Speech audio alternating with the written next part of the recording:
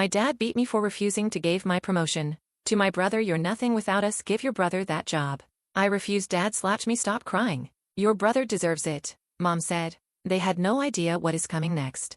The office air felt stale that Friday evening, but my heart was buzzing with something electric. The regional director had just stepped out of the boardroom and shook my hand. You're the youngest woman in this company's history to be promoted to Vice President of Strategy. Congratulations, Madison. You earned this. I blinked.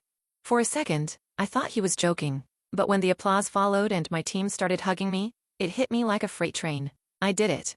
After 10 years of slogging, skipping holidays, missing birthdays, pulling 70-hour weeks while my brother Kyle showed up to network and flirt with interns, I finally made it. Please subscribe to our channel and tell us in comments from where are you watching this video. I texted my mom first. Mom, I got it. VP, they promoted me. She replied instantly. Mom, oh, wow. Shouldn't Kyle get a chance first? He's been feeling down. No, congratulations. No, I'm proud of you. Just a reminder that in my family, I was born to be a placeholder for my brother's failures. Still, I tried. I always tried. I even invited my parents to the dinner the company threw in my honor. They didn't come. My mom said Dad had a migraine, but I later found out they were at a golf club dinner, celebrating Kyle's minor promotion to assistant manager at some startup my uncle ran. Kyle showed up drunk at my celebration, sat at the bar, didn't even look at me, just whispered loud enough, "She's a brown-noser, always was." When I got home that night, my parents were sitting in the living room, my dad was holding a folder, my resume, and Kyle was pacing. "What's going on?" I asked. "You're going to call HR tomorrow and reject the promotion," my dad said flatly. I laughed. "What? Kyle needs this more than you. You're not even married. You don't have kids. You don't need the pressure. Kyle has been struggling. You always get everything." "I earned this," I said, fire flaring in my voice. And then, my dad slapped me, open palm, right across the face. My mouth tasted like blood. My own mother didn't even flinch. She just said, "Don't provoke him, Maddie. You know how worked up he gets when Kyle's hurt?" When I picked myself off the floor, Kyle had the audacity to say, "It's just a job title. You'll get another one." "No, Kyle," I hissed. "You'll never get this one, because you didn't earn it, and I'm done handing over my life to you."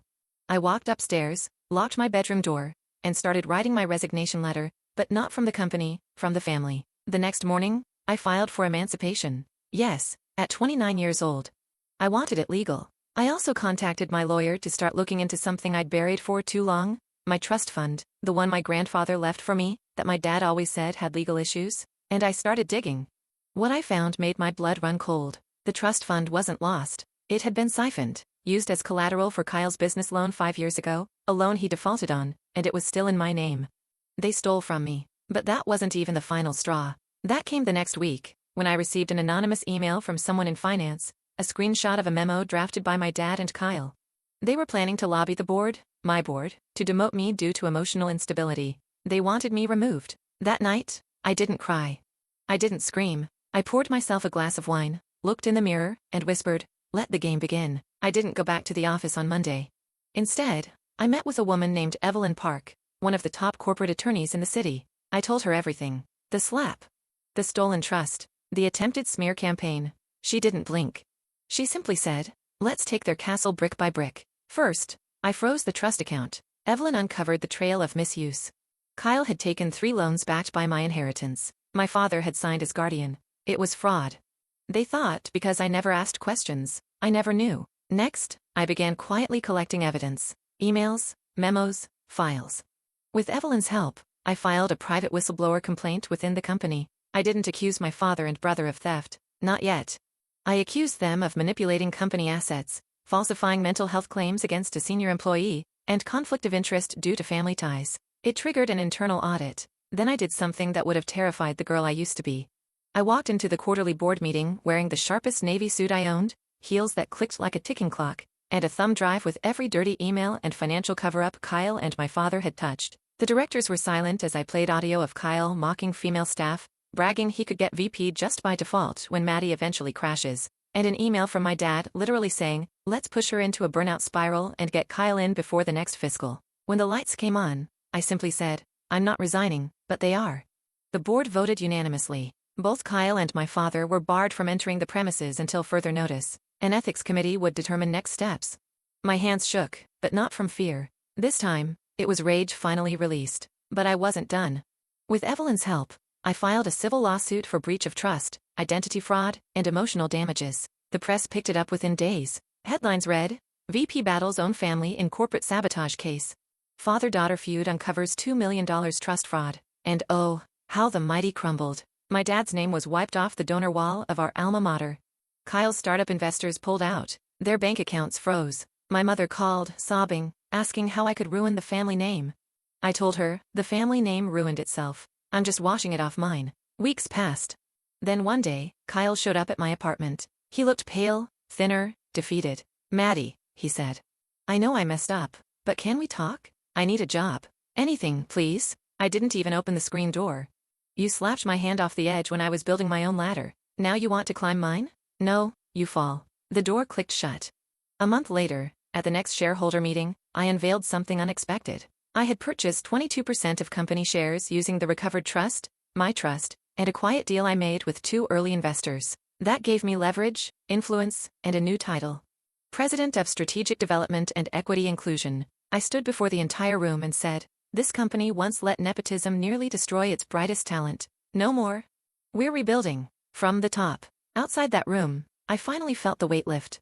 But it wasn't over yet, because the people who once screamed that I was just dramatic and too emotional and not leadership material were about to see exactly what happens when the girl they tried to break learns how to build her own empire and invites none of them inside. The months that followed felt like reclaiming every version of myself they tried to bury. I didn't just take the title, I rebuilt what it meant. I launched a mentorship initiative for young women in corporate roles, funded entirely through a portion of my company dividends, ironically using the exact inheritance my father once tried to funnel into Kyle's failed tech venture. The board trusted me now, not out of pity, but performance. I increased company profit margins by 11% in the first 2 quarters. HR turnover dropped, client retention stabilized. In meetings, people didn't call me Kyle's sister or Frank's daughter. They called me by my name, Madeline Carter, president. And while I rebuilt the business, my family unraveled. Kyle's fiancée left after seeing the lawsuit documents. My dad's old business partners dropped him like poison. Their assets were frozen pending resolution of the fraud case. My parents moved out of their 5-bedroom suburban home into a tiny rental, paid for by my mother's part-time job at a florist. She texted me once, "You've made your point. Come fix this." I didn't respond. One cold November afternoon, I got a knock at my office door. My assistant poked her head in and said, "You've got 2 guests. They say it's urgent." It was my parents. My dad's eyes were bloodshot, his hands trembling, not from age, but ego withdrawal. He looked at the floor then mumbled, "We need work, Maddie. Your mom, her job doesn't cover the rent, and Kyle's staying with us again. He's not well. You were always the smart one. Maybe you can talk to the board." And I stood in silence for several seconds. Then I stepped around my desk and said clearly, not coldly, "You beat me to protect Kyle's ego. You told the company I was unstable. You tried to steal my future and now you want to work under it?" Dad winced. My mother started to sob. "We raised you," she said bitterly. "You owe us. I owe you nothing." Then I reached into the file drawer, pulled out 2 manila folders and handed them over. "What's this?" my father snapped. I smiled. "Job applications, entry level, no benefits, hourly. You can apply online or in person. Your call." Their jaws dropped. My mother muttered, "You're cruel." "No, I'm fair and kind. Because I could have blacklisted you from every corporate circle in the region. I didn't, but I'll never work with you. Not again." They stood there, stunned, defeated, humiliated. "You said I wasn't leadership material," I added. "Turns out, I was the only one who ever was." And with that, I pressed the intercom. "Jenna, can you walk our guests out?" They left without another word. That night, I sat in my quiet apartment. Alone, but at peace. I wasn't just the VP who survived betrayal. I was the woman who turned pain into power. Who built a legacy out of wreckage. And as I watched the city skyline glow through the glass, I knew one thing for certain. They tried to erase me to make room for him. But now, every building they drive past carries my name. Every job they apply for leads to my door. And every day they wake up is a reminder.